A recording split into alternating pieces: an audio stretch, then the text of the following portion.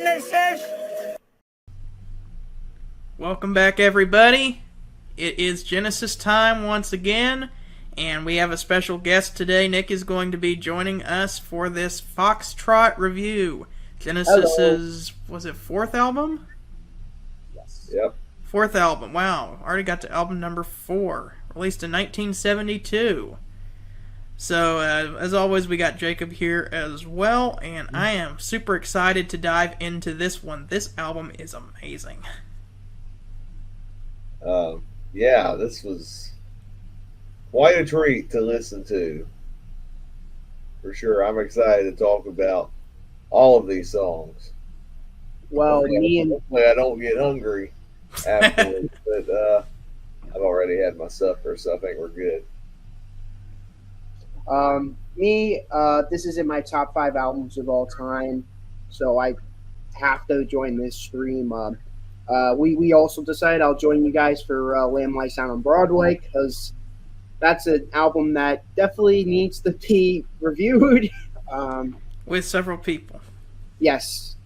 But, yeah, this is just a great album. Me and Brian are going to be doing a series on my channel with Genesis.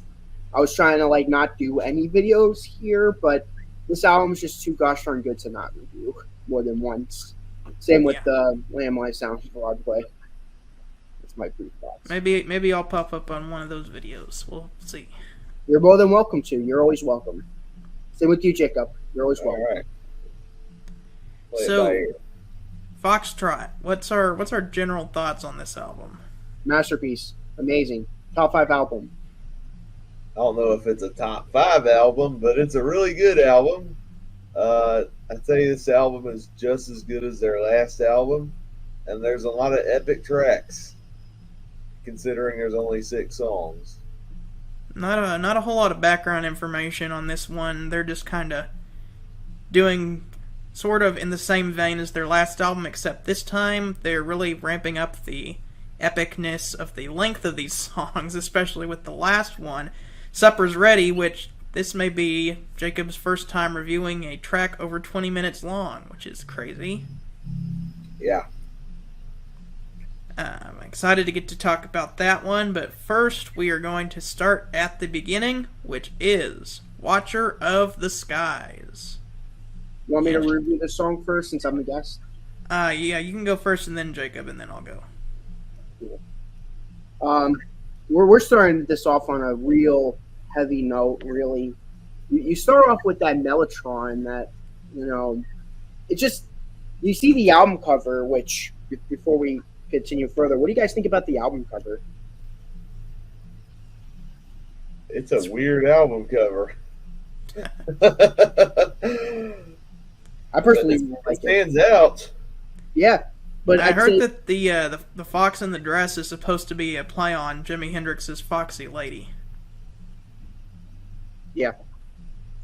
But going back to the album, going back to the song though, I feel like the song depicts the album cover. Like I could just imagine being on a beach as the wind blows by, and you just see the fox coming closer, and you just get, and then after the Mellotron part, it's just you hear the drums. And it just keeps building up and building up and building up. Watcher of the skies, watcher of all. It just starts so on an epic note.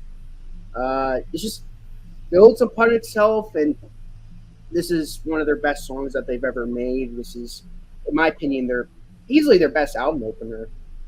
I don't think their album openers aren't quite as strong as this one. And that's saying a lot because they have a lot of great album openers. I'm not saying they're not a good album opener band, but it's gonna be real hard to beat this song. Yeah, this is another great way to open the album. I think especially when looking at the other album openers, I think all of their albums have opened strong. Where the Sour Turns to Sweet, Looking for Someone, the Musical Box, and now we got Watcher of the Skies. But This one, I think, takes the cake for the coolest album opener they've done so far. The Mellotron intro is awesome. It just has a great build uh, with like Phil Collins drums, the bass, and then Peter Gabriel just going right in, just singing his heart out. Watcher of the skies. I read this was the only song from this album they attempted to release as a single, and Oh wow. I don't think this song really went much because I don't think a lot of radio stations play a lot of prog music, but I think it's a cool song either way. You'll find out where it'll fall on the ranking, but this is a great way to start the album. I think this is the perfect album opener. You get that wash of Mellotron at the beginning. Tony Banks, I'm going to say this pretty much in every video, but Tony Banks is such a great keyboard player. In fact, if I was to pick the one member I think that's probably the most talented in Genesis, I'd probably pick Tony Banks. I mean, like, they're all just masters of their instruments, but, like, somebody's got to be the best, and I think that would probably be Tony Banks, because he's so good at creating amazing keyboard parts. Like, the Mellotron comes in, and then you got slowly Phil Collins' drums and Mike Rutherford's bass. And he gets that groove going. And then you get like Steve Hackett's guitar fills like the doo doo doo doo doo, which is really cool. And then like Peter Gabriel's vocals are very good. Watcher of the skies, watcher of all. It's just such an epic way to open this album, and that's honestly, if I could just describe this album in one word, it would be epic. Okay, so the second track is called Timetable. Oh my gosh, this song is amazing. I love the piano part in the beginning, and then it's just another epic song on the album. It's just what? It's oh man, this is just epic. It's like an epic song after an epic song, and you know how can you follow up Watcher's Guys? I'll answer that. Timetable. It's just oh man. I can't put to words how great this song is. This is just brilliant. This is an album you don't listen to, you experience it. This is an experience, and I'm just gonna say this for the rest of the video. This song is an experience. The last song is an experience. All right. I do think this is a cool song. I love the piano work on this track. I like the woodwind instruments that are on this song as well. Musically, this is a very lovely song. I think this ranks near the bottom of my song ranking. Not that it's bad. It's just I think the other songs are cooler and they stand out more. But this is still a good track.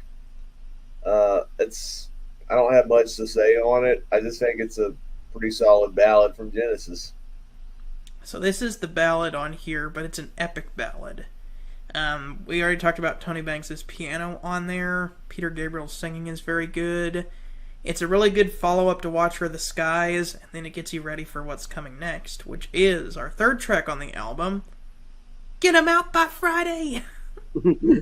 Oh man, this is another great song because it's very British humor. Like it's not really to be taken really seriously, but the instrumentation is just epic. This is just another experience. This is just every song on this album has its own unique experience. Like none of these songs sound alike. It has an overall sound, like overall prog sound, but none of these songs are like, oh yeah, this song sounds like that song, or that song sounds like this song. I love the guitar work on this. I think Steve Hackett does a great job on the guitar. I think normally Peter Gabriel and Phil Collins and Tony Banks usually they're the big highlights, but I think Steve Hackett really did a great job on this song. Yeah, this song is awesome. This is one of the coolest songs on the whole album.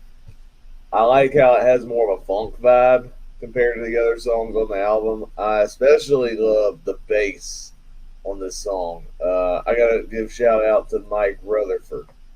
He does a great job on this song, along with the organ playing from Tony Banks. I think what's also cool is you can tell a story that's being told in this song, and Peter Gabriel's playing like multiple different characters in this comedic, very British situation, and there might be some sci-fi elements in this song too. I don't know if I'm off on that. They talk No, about you're not. There's some sci-fi elements at the end. galactic conference or whatever. I'm like, okay, Genetic control. yeah, We have regulated the height to 4 feet. Oh, like this song is weird, but it's weird in a cool way. I think this is a more epic version of Harold the Barrel. I don't know if it's right comparing those two. That's a good way to put it. But yeah, this song is awesome. This is, I think, one of my favorite songs in the Gabriel era. Yeah, this song is amazing. I love the tongue-in-cheek humor. This landlord who's like buying up all the properties that that have too low of a rent and kicking the people out and telling them they have to get out by Friday. And then this one lady like won't go, so he's like, okay, well then we're gonna have to raise the rent. And then she's like, okay, we're gonna move. But then she moves to another one of his properties and he raises the rent there. And then like at the end you get, apparently it's in the future, and this person like apparently is part of what's called genetic control, and they're like regulating the height of people to 4 feet so that they take up less space in his apartments or whatever. It's very British. It is very British. But not only do we have the humorous story, but the instrumentation on this is amazing. I love everyone's playing on here. And Tony Banks' organ, Mike Rutherford's bass, Phil Collins' drumming, Steve Hackett's guitar. It's all great. Okay, so now we are going to get to Can Utility and the Coastliners. This is another great song on the album. I will say of the songs on the first side of the album, this is probably my least favorite song on side one, but I still really like this song. This is, again, I will say this is another experience. It's like, I don't really have much else to add or say, but listen to the gosh darn album. If you're watching this, listen to the album. This is, you definitely won't be disappointed if you like longer songs that are towards the proggier end. It's just a great song. I really enjoy this song. Yeah, I enjoy this song as well. Again, it's probably toward the bottom of my ranking, but it's still a really good song. The storytelling, I think, stands out about this king and his obsession with the sea. And I think on a musical level with the instrumentation, I think is where this song really shines. I love the guitar work from Steve Hackett. I think this is his chance to shine, especially on this song. The different guitar work that's at play, and then even the flute playing. I think people forget that Peter Gabriel is talented at different instruments. Like, he's been playing the flute since the debut album, and he's really talented at that. And you get to see that, especially on this song.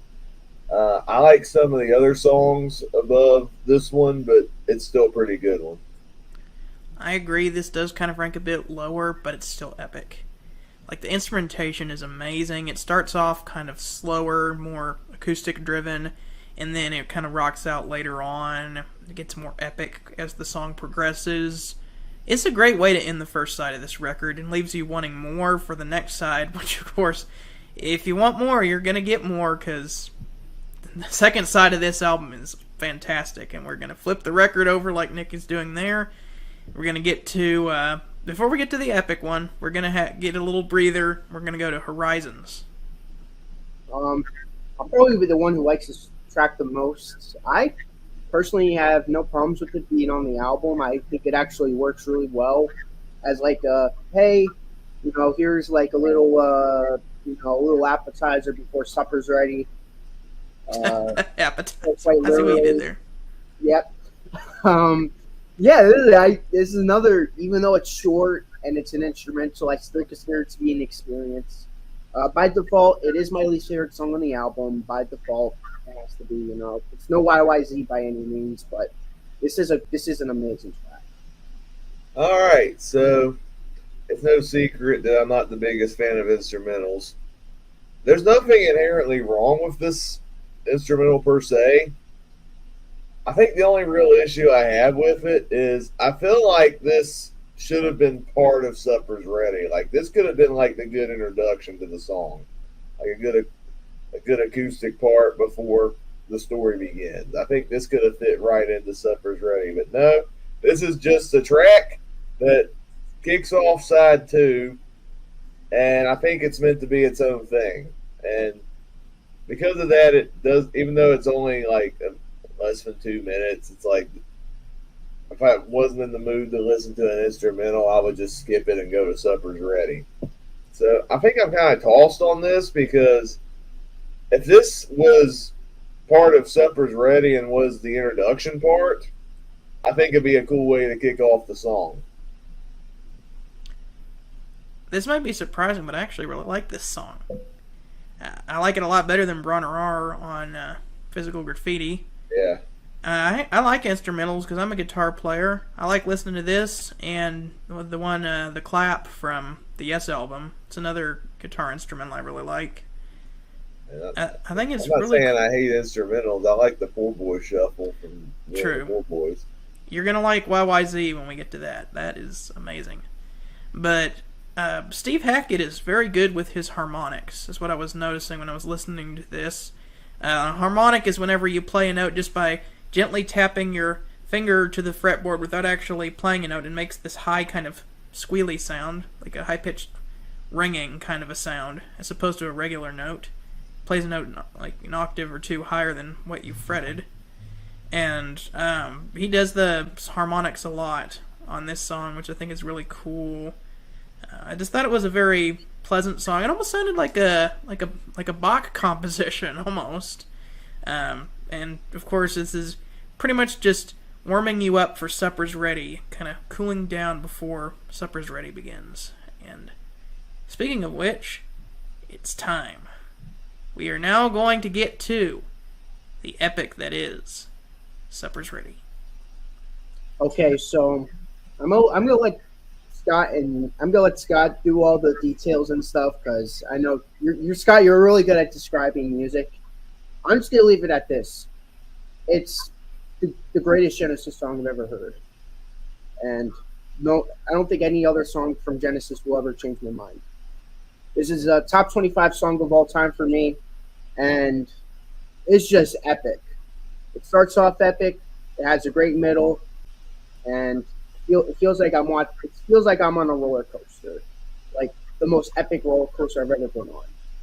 So there's my 3 cuts. It's a masterpiece. It's an experience.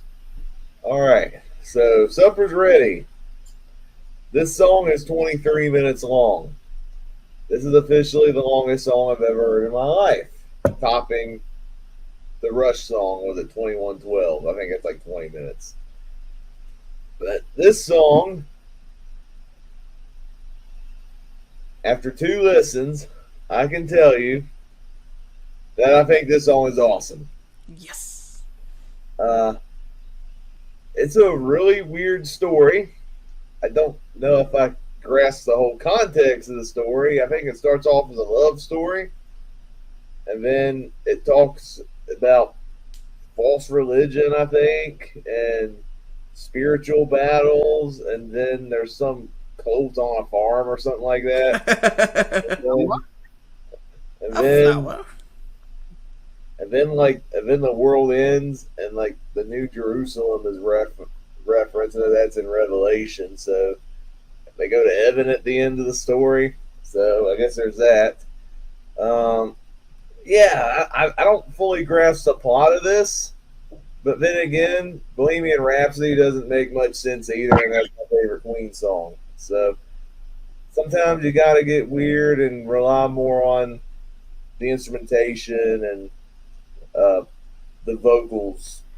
A lot of times in prog music, they kind of go more for what the words sound like rather than what they mean. Yeah. Like, saying like, what was it? The frog was a prince, the prince was a bird, the bird was an egg. Like, that doesn't make any sense, but it sounds cool. Yeah. But this song does sound pretty cool. I think every section of this song really stands out. I think to me the biggest standout moment to me, I wasn't expecting it, is you get to like the midway point of the song slows down, and Peter Gabriel's talking about Narcissus he turned into a flower, and then there's a pause. He's like, flower. The Widow Farm. Oh, I love the Widow Farm. Get buried with the Churchill. He's in drag, but he was once a British flag or something like that. It's just so ridiculous. It's funny.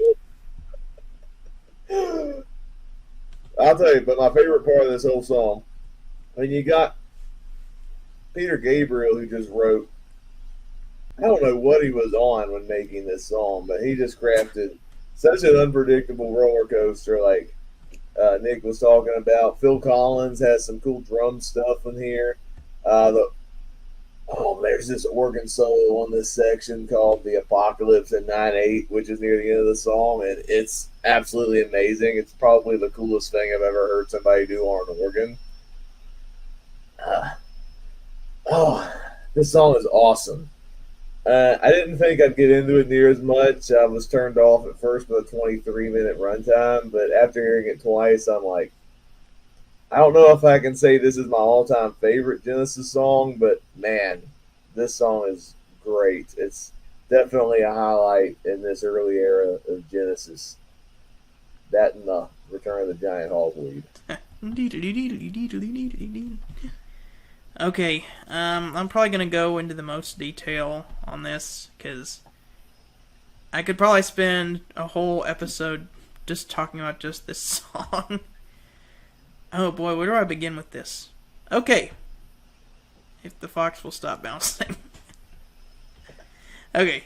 As soon as Horizons ends, we get this section called Lover's Leap, where it just starts with Steve Hackett and Mike Rutherford. Mike Rutherford is also playing guitars at the beginning, because there's several different guitar parts, and they're just arpeggiating chords, and then Peter Gabriel is singing, and then he's double-tracked himself with singing the same melody an octave higher at the same time.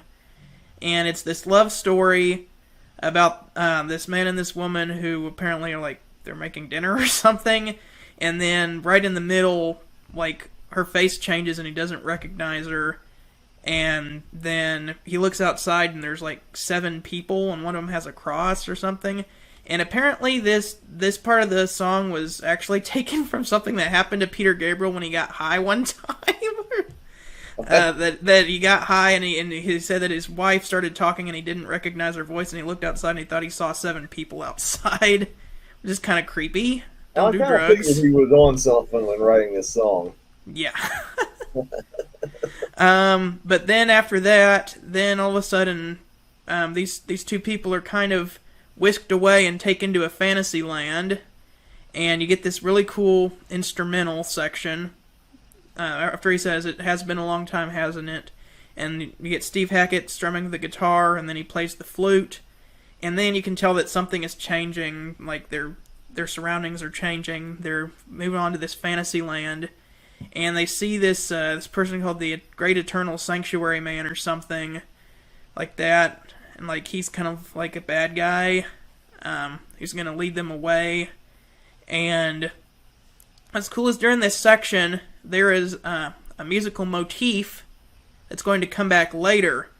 Because whenever first the Great Eternal Sanctuary Man is going to lead them away into this fantasy world, but then later at the end, they use the exact same melody at the end when they get led to the New Jerusalem. So that's kind of an interesting parallel in the song.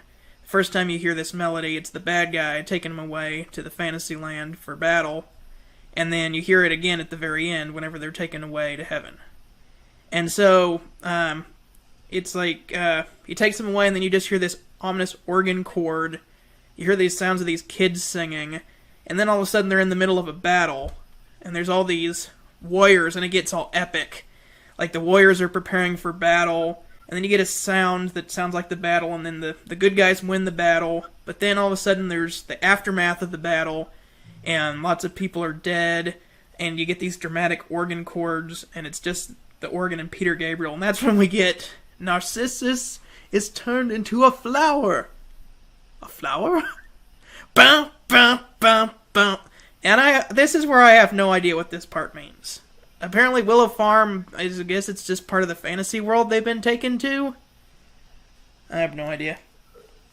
But there's all these weird things going on. It's very British, very cheesy, but it's hilarious.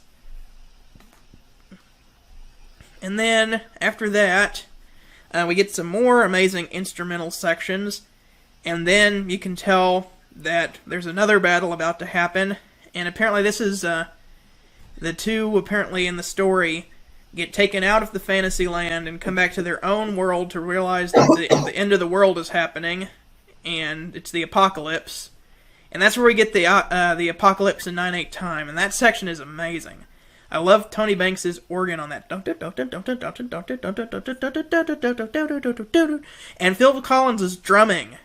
How he keeps up with that 9/8 time and just hits the boom, boom, boom, boom.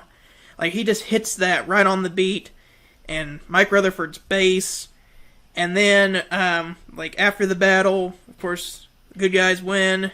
They're going off to heaven. And then you get that same melody from earlier. Oh, I forgot to mention, there's another motif in here. Because right after the Great Eternal Sanctuary Man, Peter Gabriel on the flute plays the melody from Lover's Leap at the beginning. So there's kind of these motifs that you can hear throughout the song. There's not that many of them, but there's like 2 of them. You can kind of hear just interspersed throughout the song. And then... Yeah, I did catch the one where, he sings at the beginning and it pays off at the very end. It's like, oh yeah, it's the same melody from the beginning. Yeah, if you... Man, there's so much to talk about with this song. You can, like... There's so much to talk about. You could talk about it with the amount of time it takes for the song to be over. That's how much stuff there is in this song. It's just making me think about Close to the Edge. That one really has a bunch of musical motifs that are used throughout the song. But I mean, like, with the story and all that, like, well, that too musically, but like with 2112, it's kind of like a straightforward story. It's like, music was outlawed. Character finds a guitar.